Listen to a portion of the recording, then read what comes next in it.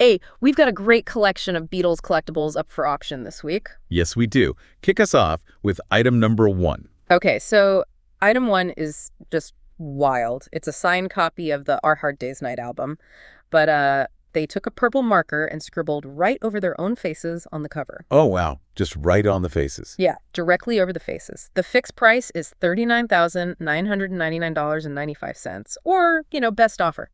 But here's the thing. I only mentioned Paul and Ringo, so it's a partial signing. Yeah, and for buyers doing the whole real versus fake test, the first question is always, well, why isn't it the full band? Exactly. Like, where are John and George? Well, you have to remember the chaos of that era. I mean, by the time this dropped, they were basically prisoners of their own fame, just hiding in hotel rooms. Yeah, with police escorts and everything. Exactly. So the 4 of them were rarely just hanging out together in a room with a fan holding a pen.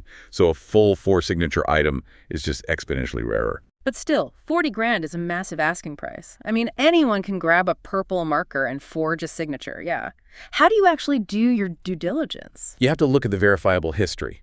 This piece specifically has Beckett authentication, so BAS, along with a specific certification number. Oh, so you can actually look it up. Yeah, it connects directly to a searchable database. That verifiable proof is what separates a genuine item from the absolute sea of fake, trust me, autographs out there. Yeah. You always have to track the paper trail. And by the way, if you're listening to us on podcast, you want to see photos of these auction items and the eBay affiliate links, visit us at BeatlesFinds.com. Nice. So moving from that touring chaos to the studio, item number 2 is an RIA Gold Record Award for Pepper's Lonely Hearts Club Band. Fixed price is $54,001. Which is a totally different thing from a quick autograph. Mm-hmm. This is industry manufactured, highly regulated. A gold award from this specific era means 500,000 copies sold. Which makes total sense when you think about the music, like Paul McCartney's iconic Hofner bass playing on that album, driving those crazy layered arrangements. Oh, absolutely. It changed everything in music. Yeah, so collectors are paying top dollar for that official industry recognition of the era, but how do you prove it's from that actual era? That brings us to the real versus fake angle here. You have to look at the R hologram style on the plaque. The hologram. Yeah, because St. Pepper went platinum in 1992. So a genuine gold award has to strictly predate that milestone. Oh, I get it. So it's essentially a timestamp. Exactly. This specific hologram perfectly dates the piece to the 1989 to 1992 window. Mm-hmm. That proves its authenticity. And just for context on that $54,000 price, a similar Christie's sale hit $73,000, and a Hey Jude award reached $91,000 recently. Wow. Okay, so from the crazy production of St. Pepper to total minimalism, item number 3 is a White Album UK mono first pressing. Yes, going completely stripped down. Current bid is sitting at about $2,538 or £1,994. Putting a sequential number on a plain white sleeve was such a brilliant design choice by Apple. It instantly turned a blank cover into a limited edition. And this one is number 00388988, which is in that top 1 to 2% low number tier. But, a blank white sleeve sounds so incredibly easy to fake. Oh, for sure. How do you know someone didn't just grab a 70s reissue and stamp a number on it? You need layered evidence for this real versus fake check. First, look for the complete absence of EMI text on the vinyl labels. Because they added that in later runs, yeah. Yep. Second, the low number has to be machine stamped on the embossed cover, not printed flat. Got it. And third, the top-loading sleeve construction. That is the ultimate structural hallmark of that 1968 manufacturing era. All that together means it's safe to bid. Awesome. Okay, item number 4 is just hilarious. It's a 1968 Blue Meanie Halloween costume from the Yellow Submarine movie. I love this one so much. Current bid is a very approachable $157.50, made by Collegeville, licensed by King Features and Supa Films. It's a pink and blue rayon suit with a plastic horned mask. So funny. And the real versus fake angle here, well, it's actually about condition and survival. Yeah, because it's a cheap costume meant for one night of trick-or-treating. Exactly. Rayon costumes from 1968 just do not survive over 55 years. They tear, the elastic snaps, they get thrown away. So finding one unworn with an intact mask is the real marker of a pristine vintage survivor. Yep.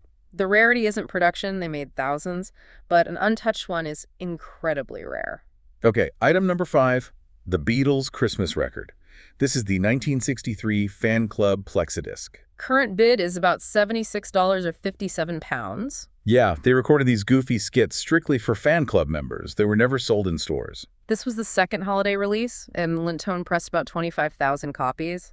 But flexidiscs are notoriously cheap and fragile, Super easy to destroy. which is why the due diligence here is all about the packaging. So what are buyers actually looking for? The ultimate proof of authenticity is the fragile, gatefold yellow newsletter sleeve and the original brown mailer stamped "Do Not Bend." So having all that paper survive is what makes it provable. Exactly. It proves it's a genuine collector's piece. Speaking of surviving paper, item 6 is a Beatles Australian tour concert program from 1964. Current bid is $355. The crowds on that tour in Adelaide, Melbourne, and Sydney were just unprecedented. Massive. Yeah, but a program from a sweaty, chaotic concert is going to get totally wrecked. And that uniquely textured cover shows wear so easily, so counterfeiters will often doctor or restore fake ones to look mint. So how do you avoid a doctored fake? Yes, look for third-party grading. This one is graded 8.0 by CGC. Which is the highest known for this item. Yes, having that independent, non-restored condition assessment completely removes the guesswork for the buyer. Perfect. Okay, final item, number 7, taking it all the way back to square one. Love Me Do and P.S. I Love You, the UK debut single, signed. Current bid is about $2,677.30, or 2,000 pounds. This is the 1962 debut on the red Parlophone label with the 4-prong center, uniquely signed right on the label by Lennon and McCartney. But, Beatles forgeries make up like 94% of the market. It's total minefield. So what's the real versus fake angle here? Authenticated history. This piece stands out because it's authenticated by Roger Epperson, a highly respected name. That's huge. It is one of only 3 or 4 known examples signed directly on this specific pressing's label. So verifiable authentication turns a fun story into provable history. Well, thanks for joining us today. It's the Beatles, all day, every day, 8 days a week. Cass, we'll do it again tomorrow, right? Absolutely wouldn't miss it. Until next time, When you listen, your mind conducts its own auction. Hey, by the way, everyone, we've collected some of our favorite Beatles treasures on our Amazon storefront. yes, it's a great way to support this channel and to get a good deal on some Beatles merch. The link is in the video description and the first comment. Right. And if you've got a browser handy, you can just to BeatlesRewindBook.com, and that will get you to our Amazon store.